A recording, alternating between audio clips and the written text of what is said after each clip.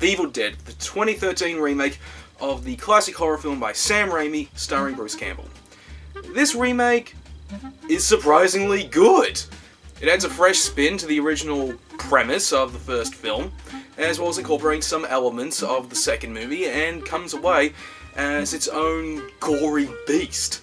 The acting is superb, the effects are both practical and awesome, and guaranteed to make those with a weak stomach vomit. There's no getting around it. If you got a weak stomach, you are not gonna like this movie. Especially the kiss scene. Whoa.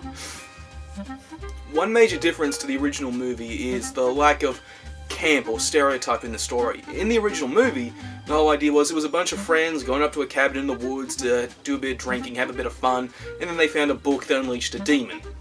In this movie though, a group of friends get together to help one of their own get over a drug addiction. And then they just stumble upon the basement of the cabin where witchcraft was being practiced, and there they find a book, The Lost Dementos, which one of them reads and accidentally summons a demon, which the drug-addicted friend tries to warn everyone about, only for everyone just to dismiss it as symptoms of withdrawal.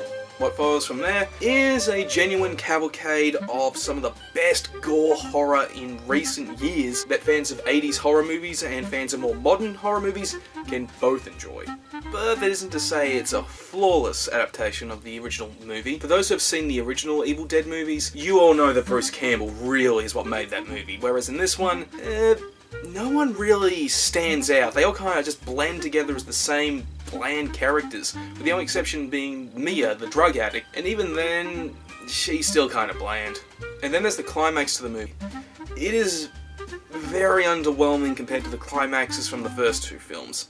I mean, Evil Dead 1, you had Ash being assaulted from all sides by his zombified friends, who then quickly rot away as the Necronomicon, the book in that movie, is destroyed. And then in the sequel, Ash is now fighting a demonic tree monster, that's the demonic force given physical form, with all the faces of its victims as part of its body all writhing in agony. And what does the remake have in its climax?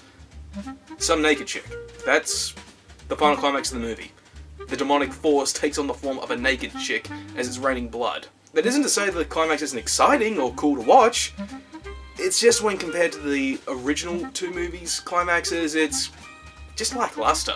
Plus, there are times early on where the movie does kind of struggle to get your interest. But if you are actually in the mood for a good horror movie, the Evil Dead remake is worth pursuing. It's a remake that doesn't actually crap over the legacy of the original, and takes the original's story and gives an actually fresh spin on it, unlike the 90s remake of Psycho. If you want to see a remake that's true to its heritage, while at the same time adding enough originality to what it's remaking, then Evil Dead is a movie that both fans and newcomers can enjoy.